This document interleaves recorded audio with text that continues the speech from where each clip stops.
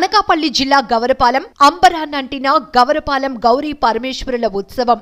జిల్లా కేంద్రం అనకాపల్లిలో 137 సంవత్సరాల చరిత్ర కలిగిన గవరపాలెం శ్రీ గౌరీ పరమేశ్వరుల ఉత్సవం అత్యంత వైభవంగా జరిగింది. తింటే గారెలే తినాలి, చూస్తే గవరపాలెం గౌరీ పరమేశ్వరుల ఉత్సవమే చూడాలన్న చందంగా వేడుక జరిగింది. శనివారం ఉదయం నుంచి గౌరీ పరమేశ్వరులను దర్శించుకునేందుకు భక్తులు పోటెత్తారు. ఐటీ మంత్రి గుడివాడ అమర్నాథ్ తో పాటు పలువురు ప్రముఖులు కూడా అమ్మవారిని దర్శించుకున్నారు. మధ్యాహ్నం మొదలైన ఉత్సవం ఊరేగింపు ఆదివారం తెల్లవారుజాము వరకు ఏకదాటిగా జరిగింది. 40 స్టేజ్ ప్రోగ్రాం, సాంస్కృతిక కార్యక్రమాలు జరిగాయి. ఎప్పట్లాగే ఈ ఏడాది కూడా విద్యుత్ అలంకరణ అబ్బురుపరిచింది.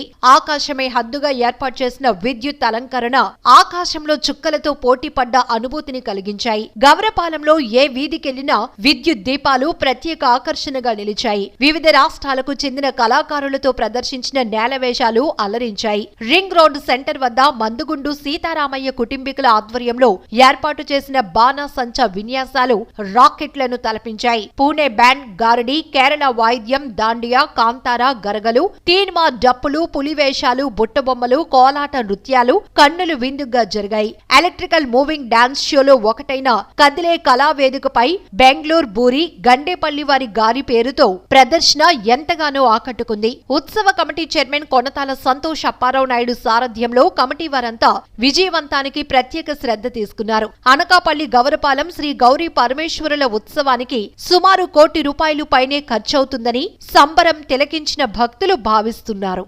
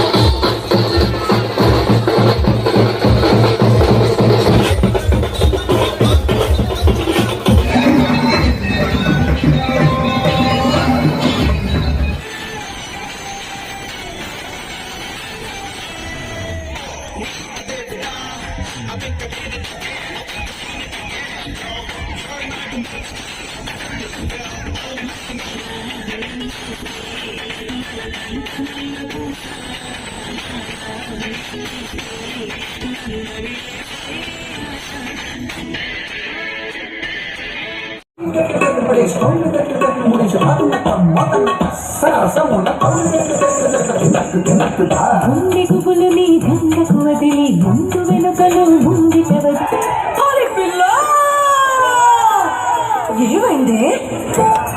నీళ్ళ కోసం నేను చెరువు కడితే వెడితే